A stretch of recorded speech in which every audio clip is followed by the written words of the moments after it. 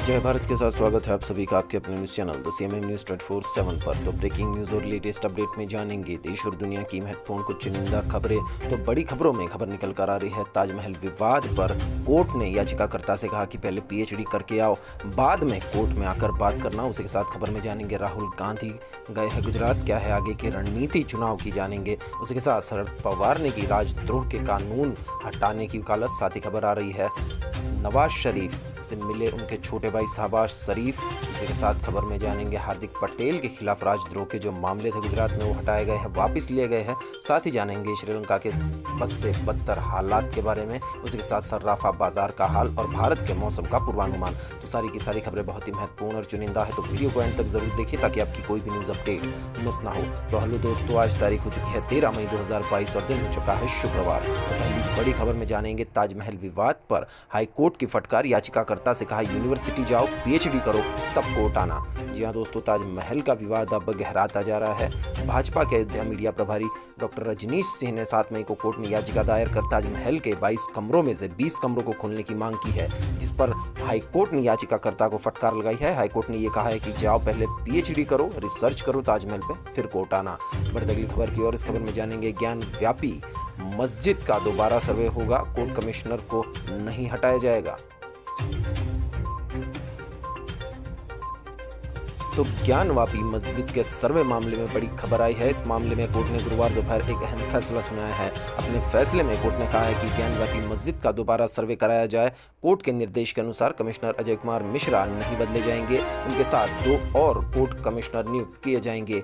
इससे यह साफ है कि कोर्ट कमिश्नर को नहीं हटाया जाएगा। कोर्ट कमिश्नर को लेकर मुस्लिम पक्ष जो ऐतराज कर रहा था, इस संबंध में वकीलों ने बताया कि जहां जहां बैरिकेडिंग है वहां वीडियोग्राफी कराई जाएगी। कोर्ट ने मुस्लिम पक्ष की आपत्तियों को खारिज कर दिया है। बढ़ते अगली खबर की ओर। इस खबर में है राजीव कुमार अगले मुख्य चुनाव आयुक्त नियुक्त हो चुके हैं। 2024 के लोकसभा चुनाव इन्हीं के जिम्मे होंगे।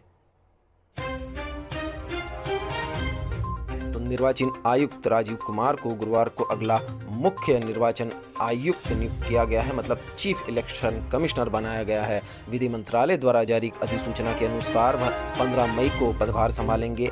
निवर्तमान सीईसी सुशील चंद्रा का कार्यकाल 14 मई को समाप्त हो रहा है। अधिसूचना और एक प्रेस विज्ञप्ति अपने ट्विटर हैंडल पर पोस्ट करते हुए कानून मंत्री किरेन रिजिजू ने कुमार को शुभकामनाएं भी दी है। तो अगले चीफ इलेक्शन कमिश्नर होने वाले हैं राजीव कुमार के जिम्मे इस बार 2024 का चुनाव आया है। बढ़ते अगली खबर की ओर। इस खबर में जानेंगे संसद में है केवल एक सीट, फिर भी श्रीलंका के प्रधानमंत्री बन सकते हैं विक्रमसिंघे।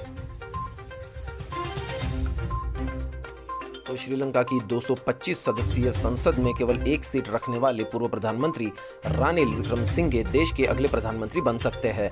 देश में बड़े आर्थिक संकट के बीच बृहस्पतिवार को खबरों में ऐसा दावा किया गया। यूनाइटेड नेशनल पार्टी यानी यूएनपी के 73 वर्षीय नेता राष्ट्रपति गोटाबाया राजपक्षे से बुधवार को बात की और बृहस्पतिवार को उनसे फिर मिल सकते हैं। कोलंबो पेज अखबार ने यह खबर भी प्रकाशित की थी। बढ़ती अगली खबर की ओर। इस खबर में जानेंगे बंगाल की खाड़ी में पहुंचकर आज शाम तक कमजोर हो जाएगा चक्रवात, लेकिन तेज हवाओं के साथ होगी भारी बारिश। तो पिछले 5 दिनों से चल रहा साइक्लोन आसानी अब कमजोर पड़ने लगा है। बुधवार को आंध्र प्रदेश के तट से टकराने के बाद गुरुवार को यह धीरे धीरे बंगाल की खाड़ी की ओर बढ़ा रहा है।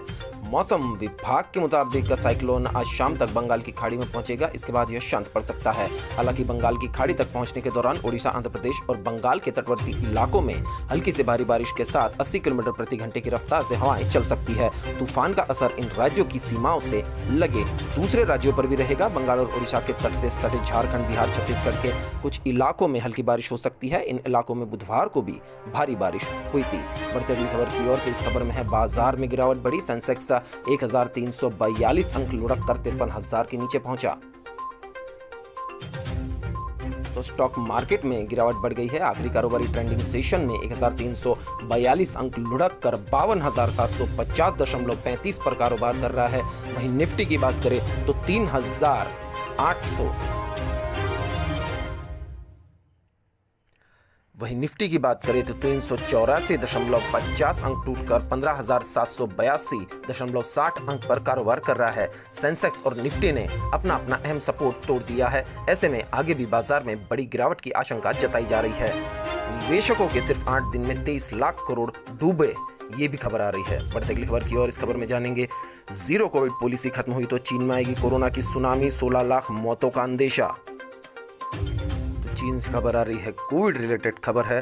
दरअसल कोरोना से पूरी दुनिया परेशान है। वही जिस देश चीन से भी वायरस की शुरुआत हुई थी, वहां तो हालात दिन ब दिन बदतर होते जा रहे हैं। फिलहाल कोरोना फैलने और सरकार की जीरो कोविड पॉलिसी के चलते वहां पाबंदियां लगी हुई है। इसी बीच एक स्टडी में पता चला है कि अगर चीन अपनी जीरो कोविड पॉलिसी छोड़ दे तो वहां कोरोना को काबू में कर पाना मुश्किल हो जाएगा और कोरोना की सुनामी आ सकती है। स्टडी में करीब 16 लाख मौतों का दावा किया गया है।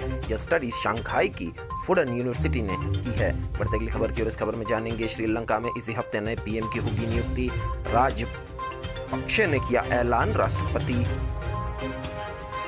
गोटाबाया राजपक्षे ने कहा है कि अब श्रीलंका का पीएम बदल जाएगा। दरअसल दोस्तों, अपने समय के सबसे गहरे आर्थिक संकट में घिरे श्रीलंका में जनता सड़कों पर उतर चुकी है और देश भर में व्यापक प्रदर्शन हो रहे हैं। इसी बीच श्रीलंका के राष्ट्रपति गोटाबाया राजपक्षे ने पद छोड़ने से इनकार कर दिया है, लेकिन कहा कि वह इसी हफ्ते नए प्रधानमंत्री एवं मंत्रिमंडल की नियुक्ति करेंगे जो संवैधानिक सुधार पेश करेगा। संकट के बीच प्रधानमंत्री पद से इस्तीफा देने वाले महिंदा राजपक्षे ने अपने करीबियों पर हमले के मद्देनजर एक नौसेना अड्डे पर सुरक्षा घेरे में उन्होंने अब सुरक्षा ली है। तो राष्ट्रपति राजपक्षे ने राष्ट्र को संबोधित किया है और नया पीएम देने की भी घोषणा की है। बढ़ते अगली खबर की और इस खबर में जानेंगे, उत्तर प्रदेश के मदरसों में अनिवार्य हुआ राष्ट्रगान, आज से हुआ आदेश लागू। तो उत्तर प्रदेश के सभी मदरसों में बृहस्पतिवार से रोजाना राष्ट्रगान का बयान अनिवार्य कर दिया है। उत्तर प्रदेश मदरसा शिक्षा बोर्ड के रजिस्ट्रार SN पांडे ने गत 9 मई को जिला अल्पसंख्यक कल्याण अधिकारियों को इस बारे में आदेश जारी किया है। पांडे ने आदेश में कहा कि पिछली 24 मार्च को बोर्ड की बैठक में लिए गए निर्णय के अनुरूप नए शिक्षण सत्र से सभी मदरसों में प्रार्थना के समय राष्ट्रगान अनिवार्य कर दिया जाएगा। देखते अगले समाचार। इस समाचार में है, आजम खान के समर्थन में उतरी मायावती, 2 साल से जेल में बंद रखने पर उठाया सवाल। उत्तर प्रदेश की पूर्व मुख्यमंत्री और बीएसपी प्रमुख मायावती ने समाजवादी पार्टी के नेता आजम खान को पिछले 2 साल से जेल में रखने पर सवाल उठाया है। मायावती ने यूपी सरकार पर अपने विरोधियों के प्रति द्वेषपूर्ण कार्यवाही का आरोप लगाया है। इनके साथ ही उन्होंने यूपी समेत देश के अन्य राज्यों में बीजेपी शासित सरकारों पर दुर्भावना के तहत काम करने का आरोप लगाया है। उन्होंने इस पर अपनी चिंता भी जाहिर की है। बढ़ते अगली खबर की और इस खबर में जानेंगे, IAS पूजा सिंघल सस्पेंड होगी। सीएम हेमंत बोले, जो भी दोषी है उन पर कार्रवाई जरूर होगी। तो झारखंड के खूंटी जिले में मनरेगा कोष की कथित हेराफेरी संबंधित मामले में IAS पूजा सिंघल के खिलाफ बड़ी कार्रवाई की गई है। प्रवर्तन निर्देशालय यानी ईडी ने कई घंटों की पूछताछ के बाद उन्हें गिरफ्तार कर लिया है। पिछले दिनों ईडी ने पूजा सिंघल के करीबियों के रांची और बाकी ठिकानों पर ताबड़तोड़ छापे मारे थे। छापे के दौरान ईडी को 19 करोड़ से अधिक का कैश और कई अहम डॉक्यूमेंट्स भी मिले थे। बढ़ते अगली खबर की ओर। तो इस खबर में जानेंगे, मोहाली ब्लास्ट में बड़ी कामयाबी, मुख्य आरोपी निशांत सिंह फरीदकोट से गिरफ्तार। तो पंजाब पुलिस के मोहाली स्थित इंटेलिजेंस हेडक्वार्टर की बिल्डिंग पर हमले के मामले में पुलिस ने मुख्य आरोपी निशांत सिंह को गिरफ्तार कर लिया है। निशांत सिंह तरनतारन के भीखीविंड का रहने वाला है। उसका गांव भारत पाकिस्तान बॉर्डर के नजदीक है। मोहाली और फरीदकोट की पुलिस ने संयुक्त कार्रवाई में उसे फरीदकोट से गिरफ्तार किया है। देखते अगले समाचार। इस समाचार में जानेंगे, कर्नाटक में लाउडस्पीकर बैन, राज्य सरकार ने जारी की गाइडलाइंस। उत्तर प्रदेश के बाद अब कर्नाटक सरकार ने भी लाउडस्पीकर के इस्तेमाल पर सख्ती बरतनी शुरू कर दी है। इस कड़ी में राज्य सरकार ने लाउडस्पीकर इस्तेमाल को लेकर गाइडलाइंस जारी की है। सरकार के निर्देशों के मुताबिक कर्नाटक में रात 10 बजे से सुबह 6 बजे तक लाउडस्पीकर बजाने पर पाबंदी होगी। सरकार ने ये भी कहा कि इसके लिए अधिकारियों से लिखित में अनुमति लेना अनिवार्य है। जिन लाउडस्पीकरों को लगाने के संबंधित अधिकारियों से इजाजत नहीं ली गई, उन्हें उतार लिया जाएगा। बढ़ते अगली खबर की और इस खबर में है, धर्मांतर विरोधी बिल को कैबिनेट से मिली मंजूरी, विधानसभा के अगले सत्र में किया जाएगा पेश। कर्नाटक से आ रही है खबर। तो कर्नाटक के गृह मंत्री आरगा ज्ञानेंद्र ने इसकी जानकारी दी है। इसके पहले कर्नाटक के मुख्यमंत्री बसवराज बोम्मई के नेतृत्व वाली भारतीय जनता पार्टी यानी भाजपा सरकार ने अध्यादेश के माध्यम से विवादास्पद धर्मांतरण विरोधी बिल लाने का फैसला किया था। दरअसल कर्नाटक में सत्तारूढ़ दल के पास राज्य विधानमंडल के ऊपरी सदन में बहुमत नहीं है, इसलिए मुंबई सरकार ने अध्यादेश के माध्यम से धर्मांतरण विरोधी बिल लाने का फैसला किया था। हाल ही में धर्मांतरण विरोधी बिल को लेकर तो बढ़ते अगली खबर की ओर। इस खबर में जानेंगे, हेमंत की पत्नी ने फर्जीवाड़ा कर खरीदी आदिवासी की जमीन, फर्जी कंपनी बनाकर खपा रहे काला धन, रघुवीर का बड़ा खुलासा। तो मुख्यमंत्री हेमंत सोरेन उनके परिजन और करीबियों को लगातार निशाने पर ले रहे भारतीय जनता पार्टी के राष्ट्रीय उपाध्यक्ष रघुवर दास ने एक बार फिर 2009 के एक मामले को लेकर मुख्यमंत्री पर हमला बोला है। गुरुवार को भाजपा प्रदेश कार्यालय में रघुदास आरोप लगाते हैं कि हेमंत सोरेन, उनकी पत्नी और उनके अन्य परिवार वालों ने झारखंड राज्य के विभिन्न जिलों में अपने आप को उसी संबंधित थाने का निवासी बताते हुए सैकड़ों एकड़ आदिवासी भूमि का क्रय किया है, मतलब आदिवासियों की जमीन हड़पने का आरोप लगाया है। बढ़ते अगली खबर की ओर। इस खबर में जानेंगे, टीवी फ्रिज हो सकते हैं महंगे, जानिए कब और कितनी बढ़ सकती हैं इनकी कीमतें। तो टीवी फ्रिज अब महंगे होने वाले हैं। जानकारी की माने तो टीवी, वॉशिंग मशीन और रेफ्रिजरेटर की कीमत बढ़ सकती है। मई के अंत या जून के पहले सप्ताह में इनमें से 3 से 5% तक बढ़ने की उम्मीद है। देखते अगले समाचार। इस समाचार में जानेंगे, सीबीआई ने 40 स्थानों पर तलाशी के दौरान जब्त किए 3.21 करोड़ रुपए। कई बड़े एनजीओ पर भी हुई है कार्रवाई।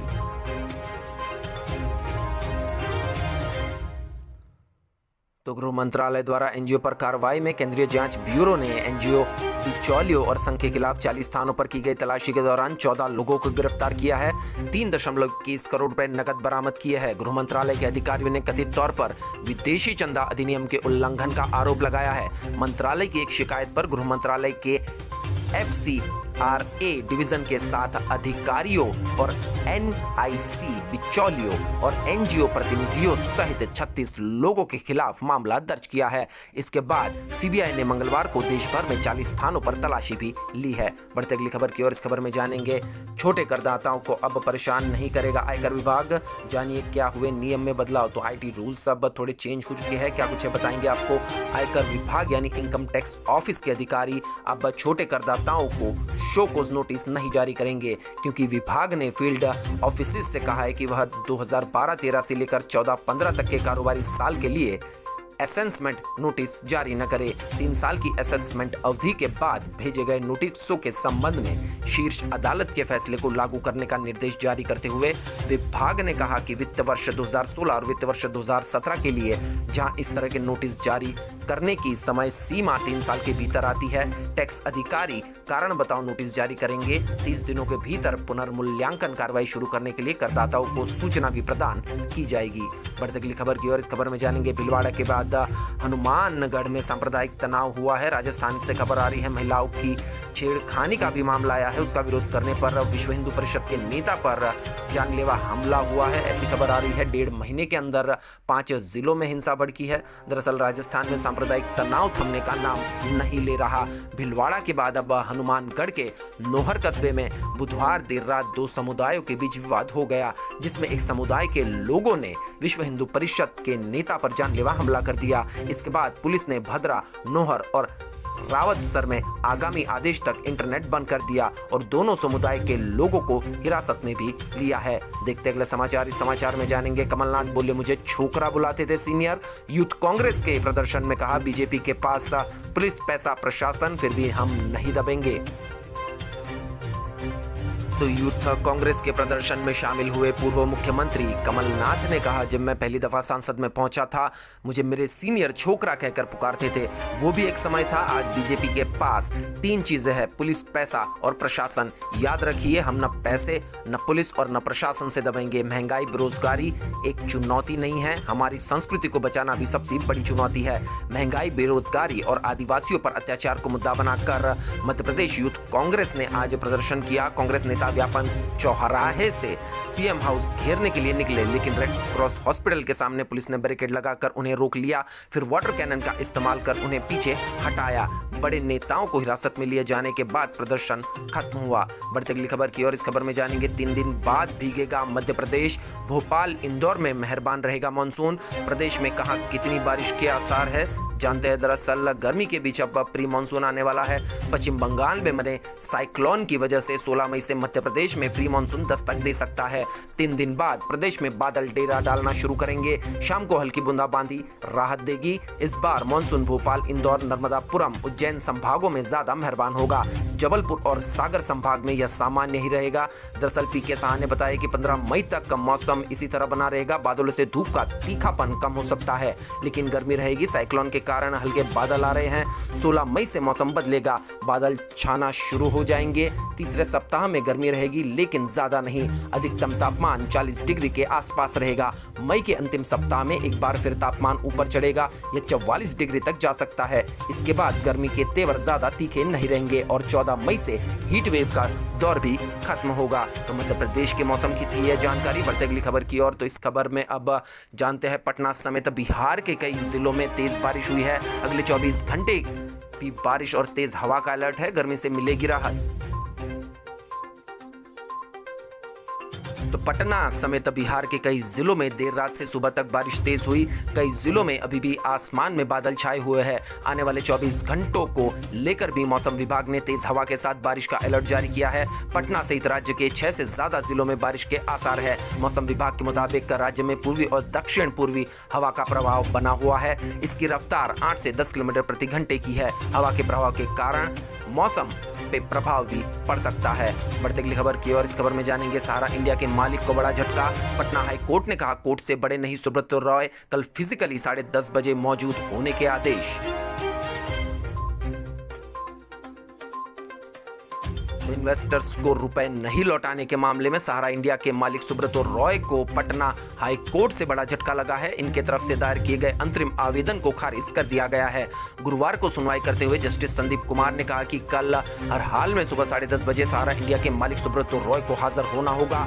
कल अगर यह फिजिकली नहीं आए तो फिर हाई कोर्ट इनकी गिरफ्तारी का वारंट जारी करेगा। बढ़ते अगली खबर की ओर। इस खबर में जानेंगे छत्तीसगढ़ के 45,000 संविदा कर्मी हड़ताल पर। बोले नियमित करने का दबाव होता तो आईएएस अफसर सिर्फ कमेटियां बनाकर उलझाते हैं और कुछ होता नहीं है। दरअसल संविदा कर्मी यानी कॉन्ट्रैक्ट पर काम करने वाले जो भी सरकारी कर्मचारी हैं, 45,000 संविदा कर्मी हैं, उन्होंने आईएएस पर आरोप लगाया है कि ये मीटिंगें करते हैं लेकिन कुछ खास मुकम्मल कर नहीं पाते। तो इसीलिए 45,000 संविदा कर्मी अब हड़ताल पर उतरने वाले हैं। देखते अगले समाचार। इस समाचार में जानेंगे ताजमहल के बाद कुतुब मीनार का विवाद। हिंदू संगठन ने हनुमान चालीसा का पाठ किया। मीनार का नाम विष्णु स्तंभ करने की मांग की है। तो दरअसल दोस्तों ये हिंदुत्व का एजेंडा लेकर चल रहे विश्व हिंदू परिषद आरएसएस के लोग ऐसा करते हैं। सांप्रदायिक माहौल चुनाव के चलते बिगड़े, इसलिए किसी भी मुद्दे को अब ये हिंदू मुसलमान में तब्दील करना चाहते हैं। पहले ताजमहल का विवाद, अब कुतुब मीनार को भी ये हिंदुत्व के रंग से रंगना चाहते हैं। तो इनकी कट्टर हिंदुत्ववादी मानसिकता इससे दिखाई देती है। बढ़ते अगली खबर की ओर। तो अगली खबर में जानेंगे सीबीआई के 4 इंस्पेक्टर सस्पेंड। चंडीगढ़ की आईटी कंपनी में डाली थी फर्जी रेट, 50 लाख रुपए मांगने का है आरोप। तो जानकारी के अनुसार पहले चारों अफसर अपनी पहचान छुपाते रहे, लेकिन बाद में खुद को घिरता दिख बताया कि सीबीआई दिल्ली से है। पुलिस ने कंफर्म करने के लिए सेक्टर 30 स्थित सीबीआई ऑफिस से भी बात की। मौके पर पहुंचे सीबीआई अफसर ने दोनों एएसआई के पहचान पत्र चेक कर इन्हें साथ ले गए। दरअसल चारों लोग 2 साल पहले भी सीबीआई में भर्ती हुए थे दोस्तों। गाही के इरादे से चंडीगढ़ में छापेमारी इन्होंने की। सीबीआई ने सीसीटीवी फुटेज खंगाली तो इन चारों पुलिस को सीबीआई को सौंप दिया गया। बढ़ते अगली खबर की ओर। इस खबर में जानेंगे ड्रग्स पर सीएम मान की 2 टूक। जहां नशा बिका वहां का एसएचओ और एसएसपी होगा जिम्मेदार। कंप्लेंट पर तुरंत दर्ज हो एफआईआर। तो पंजाब सीएम भगवंत मान ने गुरुवार को ड्रग्स के मुद्दे पर पुलिस कमिश्नर, एसएसपी और डिप्टी कमिश्नरों से चंडीगढ़ में मीटिंग की। इसके बाद सीएम ने कहा कि अफसरों को साफ कह दिया गया है कि जहां नशा बिकेगा उस थाने का एसएचओ, एसएसपी जिम्मेदार होगा। इसके अलावा सभी एसएसपी और पुलिस कमिश्नर को कहा कि अगर स्पेशल टास्क फोर्स कोई नशा पकड़े या कहीं से शिकायत मिले तो तुरंत पर्चा दर्ज किया जाए, पुलिस उसकी सप्लाई तक पहुंचने की कोशिश करे। उन्होंने कहा कि अफसरों को पंजाब में ड्रग्स समस्या खत्म करने के लिए रोड मैप बना सख्त हिदायतें दे दी गई है। बढ़ते अगली खबर की ओर। इस खबर में जानेंगे डीजल महंगा होने से इस बार बसों का किराया 3,000 तक। वाराणसी जाने वाली ट्रेनों में रोज 5,000 से ज्यादा वेटिंग। तो सूरत से वाराणसी जाने वाली ट्रेनों में बेहताशा भीड़ हो रही है। हालात ये है कि इस रूट की ट्रेनों में रोज 5000 से ज्यादा वेटिंग चल रही है। आगामी 20 मई तक ट्रेनों में कंफर्म टिकट नहीं मिल रहे हैं। ताप्ती गंगा एक्सप्रेस सबसे ज्यादा लोडेड ट्रेन बन गई है क्योंकि 17 मई तक इसका स्लीपर कोच पूरी तरह से रिग्रेट हो गया है। बढ़ते अगले समाचार की ओर। समाचार में जानेंगे गुजरात में पार्टी सॉन्ग पर झूमे राहुल गांधी। बोले गुजरात मॉडल में 2 भारत, एक अमीर लोगों का और दूसरा आम जनता का। तो गुजरात में चुनाव अभियान को तेज करते हुए कांग्रेस नेता राहुल गांधी मंगलवार को गुजरात पहुंचे। यहां उन्होंने आदिवासी बहुल दाहोद में आदिवासी सत्याग्रह रैली को संबोधित करते हुए कहा, मोदी जिस गुजरात मॉडल की बात करते हैं उसमें 2 भारत है, एक आम आदमी का भारत है और दूसरा अमीर लोगों का भारत है। कार्यक्रम के समापन पर कांग्रेस पार्टी सॉन्ग बजाया गया जिसकी धुन पर राहुल गांधी थिरके भी। बढ़ते अगली खबर की ओर। इस खबर में जानेंगे अहमदाबाद में 15 साल के नाबालिग को कोवैक्सीन की जगह कोविड शील्ड लगा दी, लड़का वहीं हो गया बेहोश। तो ये नर्स की लापरवाही से हुआ है। दरअसल महानगर पालिका ने वैक्सीनेशन अभियान के तहत अहमदाबाद में एक 15 साल के नाबालिग को कोवैक्सीन की जगह कोविड शील्ड लगा दी। लड़का वहीं बेहोश होकर जमीन पर गिर गया दोस्तों। इसके बाद उसे जीवराज मेहता अस्पताल में ले जाया गया। फिलहाल लड़के की हालत ठीक है। घटना की जानकारी मिलते ही महानगर पालिका पदाधिकारियों ने वैक्सीन लगाने वाले को तुरंत तबादले का आदेश दिया। जानकारी के अनुसार पालड़ी में रहने वाला 15 वर्षीय ध्रुवराज सिंह जयदीप सिंह वाघेला सोमवार को कोवैक्सीन का दूसरा डोज लगवाने आंबावाड़ी अर्बन हेल्थ सेंटर पर गया था। पारुल सोलंकी नामक नर्स को बताया गया कि ध्रुवराज को कोवैक्सीन का पहला डोज लगा है। नर्स ने लापरवाही करते हुए कोविड शील्ड लगा दी। वैक्सीन लगाते ही ध्रुवराज बेहोश हो गया था। बढ़ते अगली खबर की ओर। तो इस खबर में जानेंगे हार्दिक पटेल को राहत। सेशंस कोर्ट ने केस वापस लेने की याचिका की मंजूर। पाटीदार आंदोलन के दौरान दर्ज हुए थे कई केस। तो कांग्रेस नेता हार्दिक पटेल के खिलाफ दर्ज केस पर बड़ी खबर सामने आई है। पाटीदार आरक्षण आंदोलन के बाद हुए विभिन्न केसों को वापस लेने के संदर्भ में राज्य सरकार ने कोर्ट में याचिका दायर की थी। हार्दिक पटेल एवं अन्य के खिलाफ रामोल थाना में केस को वापस लेने के संदर्भ में राज्य सरकार द्वारा दायर याचिका को सेशन कोर्ट ने मंजूर कर लिया है। इससे पहले 25 अप्रैल को केस वापस लेने की सरकार की याचिका कोर्ट ने खारिज कर दी थी। इस खबर में जानेंगे शरद पवार ने की राजद्रोह हटाने की वकालत। एनसीपी चीफ ने कहा यह अंग्रेजों का काला कानून, नागरिकों को सरकार के खिलाफ आवाज उठाने का है पूरा हक। तो शरद पवार, महाराष्ट्र के कद्दावर नेता शरद पवार ने अब वकालत की है। दरअसल राजद्रोह के कानून को हटाने की जो बात मौजूदा सरकार ने की है उसकी वकालत करते हुए एनसीपी प्रमुख शरद पवार ने कहा कि अंग्रेजों द्वारा 1890 में शुरू किए गए राजद्रोह कानून के अब कोई मायने नहीं रह गए हैं। हाल ही में केंद्र सरकार ने कहा है कि वह कानून पर पुनर्विचार करेगी। शरद पवार इस पर अपनी प्रतिक्रिया दे रहे थे। हालांकि राणा दंपति पर लगे देशद्रोह के अपराध को लेकर शरद पवार ने कोई जवाब नहीं दिया। देखते अगली खबर की ओर। इस खबर में जानेंगे भाई से सलाह लेने पहुंचे प्रधानमंत्री शहबाज शरीफ। नवाज शरीफ बोले पाकिस्तान की हालत सुधारना पहला एजेंडा, चुनाव उसके बाद। दरअसल नवाज शरीफ पाकिस्तान के पूर्व प्रधानमंत्री है और हालिया प्रधानमंत्री जो है शहबाज शरीफ उन्हीं के सगे छोटे भाई है। तो उनको मिलने के लिए दरअसल पाकिस्तान से लंदन गए थे। पाकिस्तान के प्रधानमंत्री शहबाज शरीफ ने बुधवार को बड़े भाई पूर्व पीएम नवाज शरीफ से लंदन में मुलाकात की। मीटिंग में कई और नेता भी मौजूद थे। इस दौरान पाकिस्तान के राजनीतिक और आर्थिक हालात को लेकर करीब 6 घंटे तक बातचीत हुई। शहबाज के अलावा रक्षा मंत्री ख्वाजा आसिफ, सूचना मंत्री मरियम औरंगजेब, योजना मंत्री हसन इकबाल, बिजली मंत्री खुर्रम दस्तगीर, वित्त मंत्री मिफ्ता इस्माइल और रेल मंत्री ख्वाजा साद रफीक समेत कई और नेता भी शामिल हुए थे। तो अब जानते हैं 13 मई के सर्राफा बाजार का हाल। आखिर क्या रहा सोने चांदी का भाव। भारतीय बाजारों में सोने चांदी में मिला जुला कारोबार देखने को मिला। गुरुवार को सोने की कीमतों में तेजी आई। अमेरिकी डॉलर और यूएस ट्रेजरी यील्ड्स में गिरावट से सोना मजबूत हुआ है। अप्रैल में अमेरिका में महंगाई रिकॉर्ड स्तर पर पहुंचने से सोने को सपोर्ट मिला है। दरअसल मल्टी कमोडिटी एक्सचेंज पर जून का वायदा सोने का भाव 0.10% प्रति 10 ग्राम बढ़ा है। हालांकि चांदी में कमजोरी आई है। जुलाई का वायदा चांदी की कीमत 0.58% प्रति किलोग्राम लुढ़क गई है। तो जानेंगे क्या कहता है भारत के मौसम का पूर्वानुमान। तो अगले 24 घंटों के दौरान तटीय आंध्र प्रदेश, उप हिमालय, पश्चिम बंगाल, सिक्किम, पूर्वोत्तर भारत, अंडमान और निकोबार द्वीप समूह और केरल में हल्की से मध्यम बारिश के साथ कुछ स्थानों पर भारी बारिश हो सकती है। पश्चिम बंगाल, पूर्वी बिहार और दक्षिण कर्नाटक में 1 या 2 स्थानों पर हल्की से मध्यम बारिश की संभावना है। ओडिशा, पश्चिम हिमालय, झारखंड, कोंकण और गोवा, तेलंगाना, लक्षद्वीप में हल्की बारिश के साथ 1 या 2 स्थानों पर मध्यम बारिश हो सकती है। मराठवाड़ा, दक्षिण छत्तीसगढ़ और विदर्भ के अलग अलग हिस्सों में हल्की बारिश संभव है। राजस्थान के अधिकांश हिस्सों, पश्चिम मध्य प्रदेश के कुछ हिस्सों, गुजरात, विदर्भ, उत्तरी मध्य महाराष्ट्र और हरियाणा, दिल्ली और पूर्वी मध्य प्रदेश के अलग अलग हिस्सों में लू की स्थिति संभव है। तो इसी के साथ आज के ब्रेकिंग न्यूज और लेटेस्ट अपडेट यहीं समाप्त होते हैं। वीडियो को एंड तक देखने के लिए आप सभी का बहुत बहुत धन्यवाद। वीडियो अगर अच्छा लगा हो तो चैनल को लाइक कीजिए, शेयर कीजिए, सब्सक्राइब कीजिए ताकि आपकी कोई भी लेटेस्ट अपडेट मिस ना हो। तो मिलते हैं अगली न्यूज अपडेट के साथ। आपका दिन खुशनुमा रहे। Thank you, take care, goodbye, जय भारत।